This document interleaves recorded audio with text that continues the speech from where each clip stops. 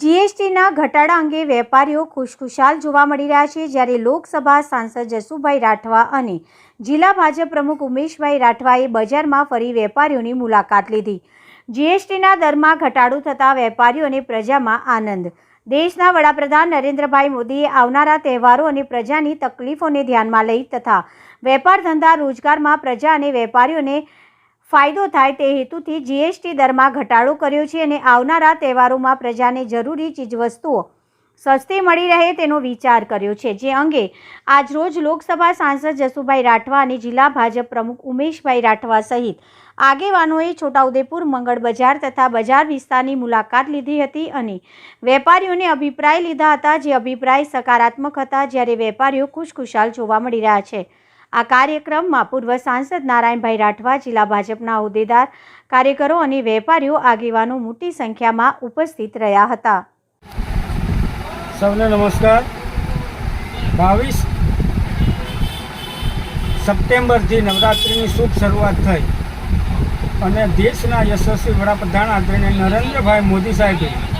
છેવાડાના માનવીની ચિંતા કરીને જે જીએસટી દરમાં ઘટાડો કર્યો, ત્યારે આજે અમે લોકો ભારતીય જનતા પાર્ટીના માન્ય પ્રમુખ શ્રી ઉમેશભાઈ, મુકેશભાઈ, રાજુભાઈ, કિશનભાઈ, વંદનભાઈ આ બધા લોકો વેપારી વર્ગને મળવા નીકળ્યા, ત્યારે ખૂબ સારા પ્રમાણમાં તેઓ શ્રી સરકારના નિર્ણયને આવકાર્યું છે અને આ જે નિર્ણય લીધો એનાથી આમ જનતામાં ખૂબ મોટા પ્રમાણમાં ફાયદો થવા જઈ રહ્યો છે અને વેપારી વર્ગો આજે ખૂબ ખુશખુશાલ જોવા મળી રહ્યા છે। ત્યારે અમે બીજી પણ એમને વિનંતી કરી કે હવે પછી આપણે આપણા ભારતની અંદર બનેલી વસ્તુઓનો વપરાશ કરીશું અને ઘર ઘર સ્વદેશી, હર ઘર સ્વદેશી નારા સાથે નરેન્દ્રભાઈને અભિનંદન આપતો આ છોટાઉદેપુરના વેપારીઓ અને છોટાઉદેપુરના નગરજનો ખૂબ સારો પ્રતિસાદ આપી રહ્યા છે। ધન્યવાદ। દેશના યશસ્વી વડાપ્રધાન માન્ય નરેન્દ્ર મોદી સાહેબે આ દેશના લોકોને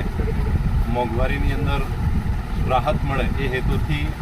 જીએસટી ટેક્સની અંદર ખૂબ મોટો ધરખમ ઘટાડો કરીને નાગરિકોને ખૂબ સારી એવી આ દિવાળી, નવરાત્રિના જે તહેવારો છે એમાં ભેટ આપી છે અને એના કારણે દેશના લોકોની ખરીદ શક્તિ વધશે અને ખૂબ આનંદનો માહોલ છે વધતા એની સાથે સાથે ઘર ઘર સ્વદેશી એ મુવમેન્ટ એને પણ હાથ પર લઈ અને આપણા દેશને આપણે નંબર 1 ઉપર 2047 સુધીમાં લઈ જઈએ એના માટે ભારતમાં બનેલી વસ્તુ એ આપણે ખરીદવાનો આગ્રહ રાખીએ એ વાત આજે વેપારીઓને તથા નગરના લોકોને વાત મૂકવા માટે અમે નીકળ્યા છીએ।